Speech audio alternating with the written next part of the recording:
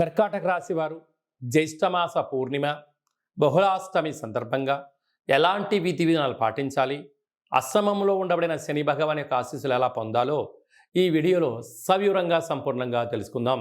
కర్కాటక రాశిలో ఏ ఏ నక్షత్రాలు వస్తాయనగా పునర్వసు నక్షత్రంలోని చివరి పాదమైన 4వ పాదము, పుష్యమి నక్షత్రంలోని 4 పాదాలు, ఆశ్లేష నక్షత్రంలోని 4 పాదాలు కలిపితే కర్కాటక రాశి. చాలామందికి పుట్టినటువంటి కాల సమయంలో డేటా ఆఫ్ బర్త్లో లేనటువంటి కారణం వలన పేరు యొక్క మొదటి అక్షరాన్ని అనుసరిస్తూ రాశిని తెలుసుకునే ప్రయత్నం చేద్దాం. హి, హు, హే, హో, డా, డి, డు, డే, డో అక్షరాల వరదుడు కర్కాటక రాశి జాతకులే. కర్కాటక రాశి యొక్క అధిపతి చంద్ర భగవానుడు. వీరికి చాలా సున్నితమైన స్వభావం కలిగి గళగల పారుతున్న గోదావరిలాగా అన్నట్టుగా వీరి మాటల ప్రవాహంతో ఎంతటి వారినైనా వీరి కంట్రోల్లోకి తెచ్చుకోవడంలో వీరు చాలా సిద్ధస్తులు.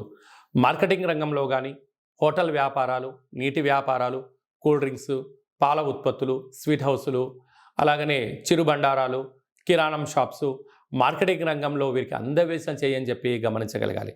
కాకపోతే గృహ భవన నిర్మాణాలు, మెటీరియల్ వ్యాపారాలు చేసే వారందరికీ చాలా యోగదాయకం.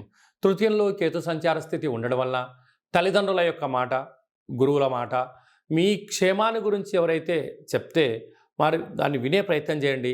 స్థిరాస్తులు, చరాస్తులు మీ సొంతమవుతూ స్వగృహాలు, భవనాలు మీ సొంతమవుతాయని చెప్పి గమనించాలి.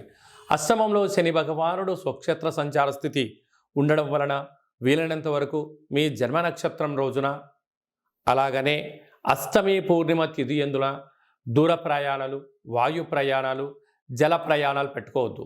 కారణం ఏమిటి అనగంటే వర్షాకాలము ప్రారంభ కాల స్థితిలో ఉండడం వలన చెట్ల కింద ఉండకపోవడం ఉత్తమోత్తం. ఎందుకంటే ఈ సంవత్సరము అధికమైన వానలు, పిడుగులు, ఉరుములతో కూడుకున్న వాతావరణ పరిస్థితి అనుకూలంగా లేని ఉంటుంది కనుక ఈ అష్టమ స్థాన శని ప్రభావం చేత యంత్రాలతో, ఆయుధాలతో, ప్రకృతి విపత్తుతో కొన్ని గడ్డాలు పొంచి ఉన్నాయి కనుక తస్మాత్ జాగ్రత్తగా ఉండే మానవ ప్రయత్నం చేయండి.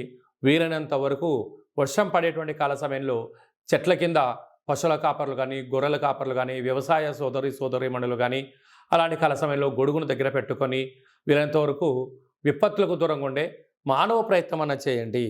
భాగ్యస్థానంలో రాహు సంచార స్థితి ఉండడం వల్ల భార్యాభర్తల మధ్య అన్యోన్యత, ప్రేమికులకు వివాహము, భార్యాభర్తల ఆలోచనలు ఉన్నత స్థాయికి ఉంటాయి. కాకపోతే మూడో వ్యక్తులను అందులో దూడ్చుకోకుండా, అంటే చిన్న చిన్న విషయాలకు పక్కింటి వాళ్ళకు, ఎదురింటి వాళ్ళకు చెప్పుకోకుండా మీ యొక్క సమస్యను మీరు పరిష్కరించుకోగలిగినట్లయితే మీ దాంపత్య జీవితం 3 పూలు 6 కాయలు అని చెప్పి గమనించగలగాలి. రాజ్యస్థానంలో కుజ భగవానుడు స్వక్షేత్రకంగా ఉండడం వల్ల స్థిరాస్తులు, చరాస్తులు, వ్యాపారస్తులు, ఉద్యోగస్తులు, విదేశాలకు వెళ్ళే అన్ని పనులలో విజయం మీ సొంతం అవుతుంది. లాభస్థానంలో గురు సంచార స్థితి ఉండడం వల్ల వృత్తులలో, ఉద్యోగాల్లో, వ్యాపారాల్లో అన్నింటా విజయం మీ సొంతం అవుతుంది. వ్యయంలో 3 గ్రహాలు ఉండడం వల్ల బుధాదిత్య రాజయోగ కారణం వలన ప్రభుత్వ ఉద్యోగ ప్రయత్నం చేసేవారికి మంచి కాలం. కానీ తొందరపాటు నిర్ణయం సరైన సమయం కాదు. పోలీస్ శాఖతో, రక్షణ శాఖతో, విలాసవంతమైన వస్తువులతో, ఆయుధాలతో దయచేసి చెలగాటం ఆడవద్దు. అపహాస్యం అసలే చేయొద్దు. ఉన్నదాంతో తృప్తి చెందండి, మౌనంగా ఉండండి, ధర్మంగా ఉండండి.